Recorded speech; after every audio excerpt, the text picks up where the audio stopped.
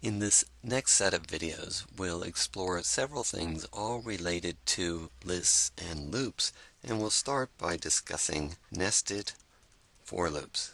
We've already seen that we could put a for loop within a function, but we can also put one for loop inside another. In other words, nest an inner loop within a surrounding outer loop. To accomplish this, we just have to pay attention to the indentation of headers and bodies, and we'll consider a simple example where we have an outer loop that executes 3 times and an inner loop that executes 5 times.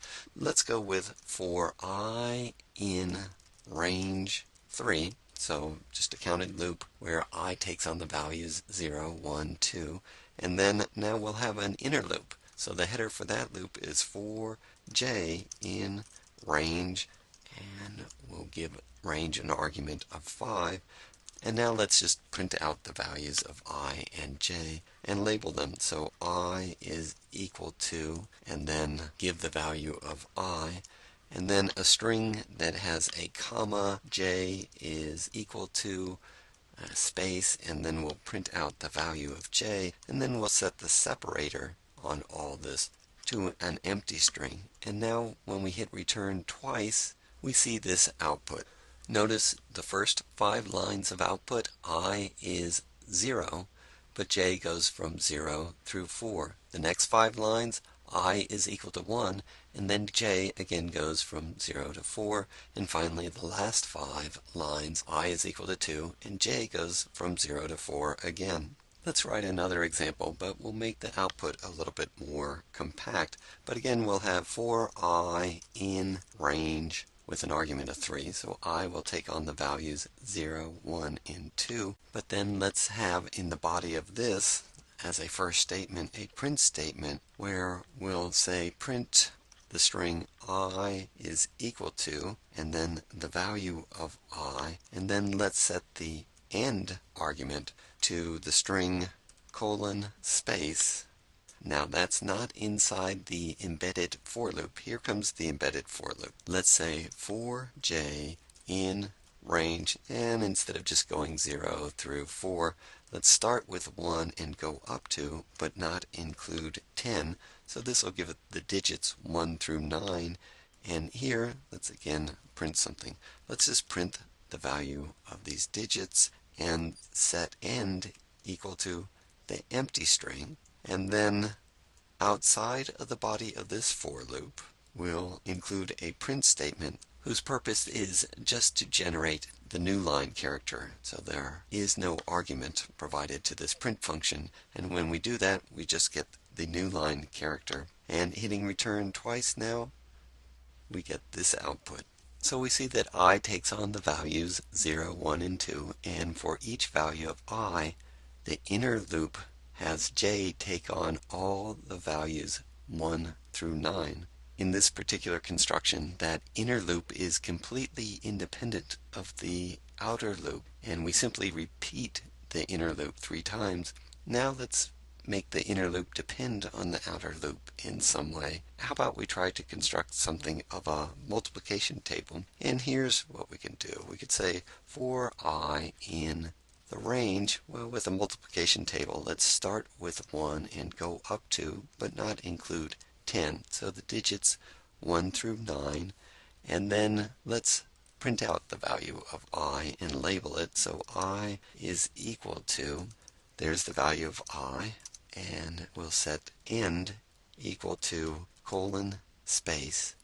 And now for j in the range of 1 through 10, and let's print the value of I times j, and let's set end in this case equal to just a blank space. Now we'll remove the indentation, so we're no longer in that inner for loop. Let's have a print statement that generates a new line. Now when we hit return twice, we get our multiplication table. This contains all the 2-digit products going from 1 times 1 equals 1 to 9 times 9 equals 81. So that's all well and good, but what's not so nice about this is that the numbers don't align in columns.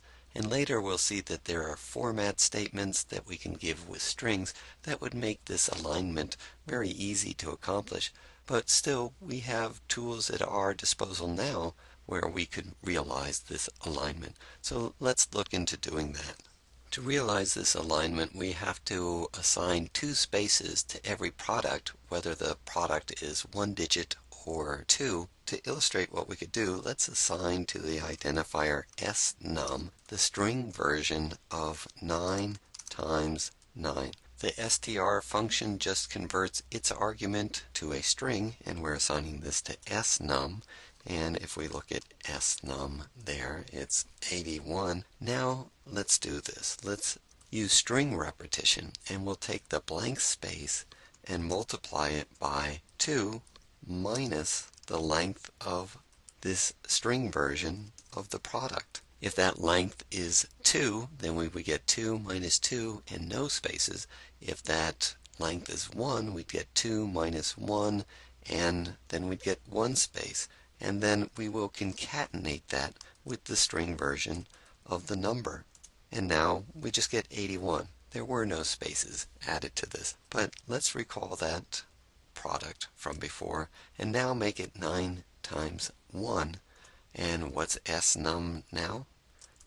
It's the string that consists of a single character representing the digit 9.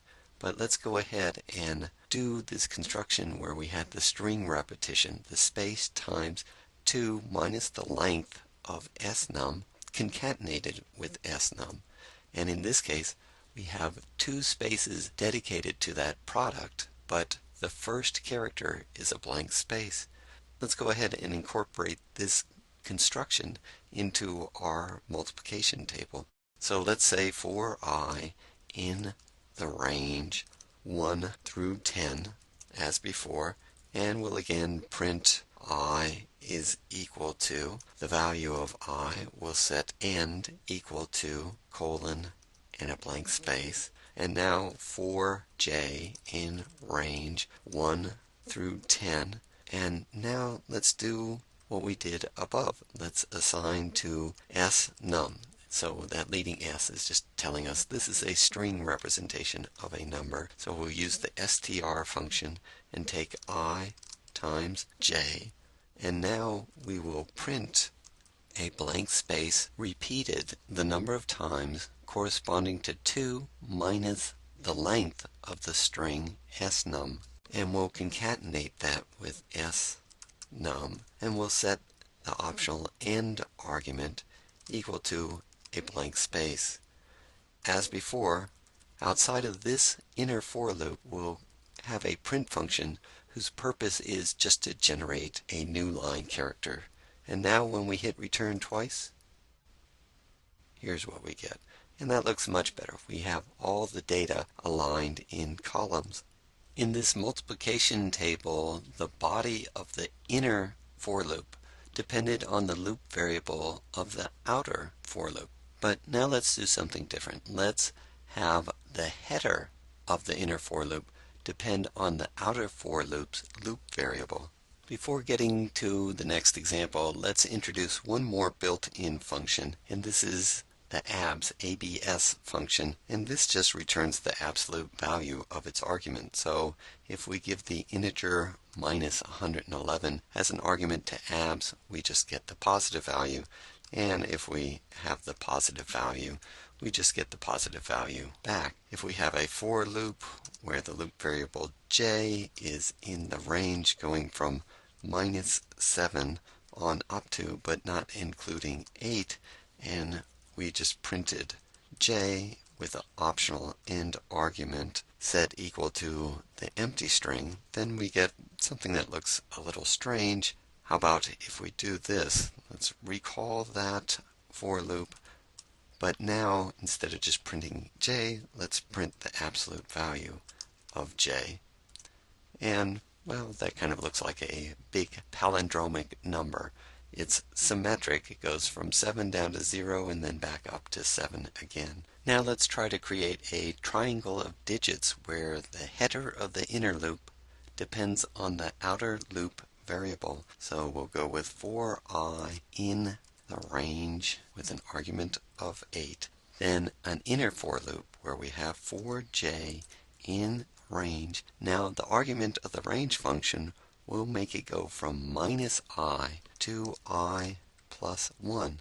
So we're using the outer loop variable as something that controls the inner for loop's header. And for the body of this loop, let's print what we did before, the absolute value of j with the end argument set equal to the empty string. Then outside the body of this inner loop, but still in the body of the outer loop, let's just have a print statement to give us a new line character. And hitting return twice, we get this triangle of numbers. But how about, let's try to make this a pyramid of numbers so that all the zeros are in a single vertical line. So to obtain a pyramid, we'd have to have a sufficient number of leading blank spaces on those earlier lines. Let's try this. Let's say for I in range 8. And now for those leading blank spaces, let's say we will print blank space repeated 7 minus I times, and then the end argument will just be the empty string. Now comes our inner for loop for j in range, going from -I to I plus 1. We will print the absolute value of j, and again with end set equal to the empty string.